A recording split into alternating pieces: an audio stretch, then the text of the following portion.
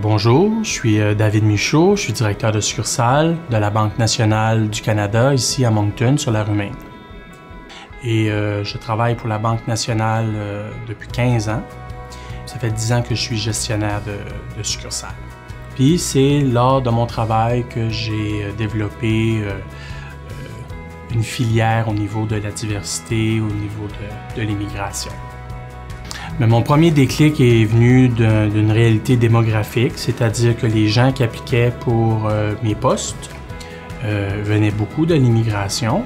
Puis je trouvais que dans la région, il n'y avait pas beaucoup d'immigrants qui étaient représentés dans les postes. Donc j'ai commencé à en embaucher un, et puis ça a débouché sur 2, sur 3, jusqu'à aujourd'hui où est-ce qu'on a une moyenne très élevée de gens qui viennent de l'immigration. On a à peu près 30% de nos employés qui proviennent de l'immigration, qui représentent la diversité. On a 9 langues parlées ici, 15 dans la région du Grand Moncton, notamment l'arabe, l'espagnol, le poulard, le wolof et j'en passe. Et évidemment, nos 2 langues officielles. L'expérience de recrutement s'est très bien déroulée, beaucoup mieux que je pensais, et c'est d'ailleurs ce que je dis à mes collègues de ne pas se laisser intimider par la lourdeur administrative. Il y a des programmes maintenant pour aider les immigrants à avoir leur résidence permanente plus rapidement. Il y a beaucoup d'avantages, mais je vais en nommer 3. Une augmentation de la performance, une augmentation des résolutions de problèmes, et une augmentation du bien-être au travail. Donc, au niveau de l'augmentation de la performance, c'est que la diversité, c'est un moteur, c'est un créateur d'idées. On sort de nos sentiers battus, on a une augmentation de la créativité.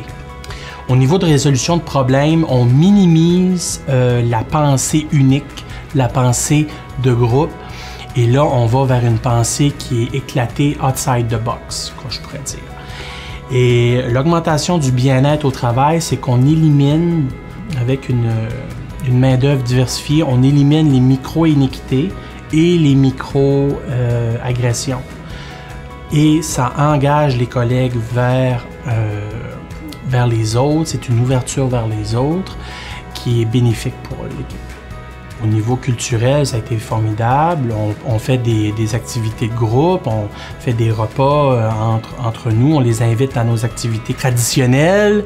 Eux font la même chose, donc c'est un partage culturel qui est très riche. Il ne faut pas oublier aussi que les immigrants, ils viennent pour travailler, mais il ne faut pas non plus qu'ils soient limités avec un plafond de verre. Il faut les faire évoluer au sein de l'organisation, sinon on va les perdre et ils vont se sentir démotivés. Donc pour moi, l'inclusion, c'est un effort conscient et constant. Il faut que ça soit équitable envers tout le monde. On doit absolument éliminer ces plafonds de verre qui existent encore malheureusement dans les entreprises. Je crois qu'il faut également valoriser tous nos employés de façon équitable. Moi, une des plus grandes victoires que j'ai, c'est lorsque mes employés ont des promotions. Oui, parfois, ils peuvent quitter puis aller vers d'autres départements. Je les perds, mais en même temps, je suis très content qu'ils demeurent avec nous à la Banque nationale. Mais c'est encore une preuve que nos valeurs sont conséquentes, on a dit, venez travailler pour nous, on va vous faire évoluer au sein de notre entreprise, et c'est vrai. Et on a eu plusieurs bons coups, plusieurs employés qui ont eu des promotions, donc moi, j'en suis très fier. On vit des défis démographiques, ils sont présents, donc même au niveau économique, ça sera un incontournable. Il y a des ressources pour nous aider, il y a des organismes qui sont là pour nous aider, nous les employeurs et les postulants, les immigrants. Donc, il ne faut pas hésiter d'aller chercher ces ressources-là, mais c'est beaucoup plus facile que les gens pensent.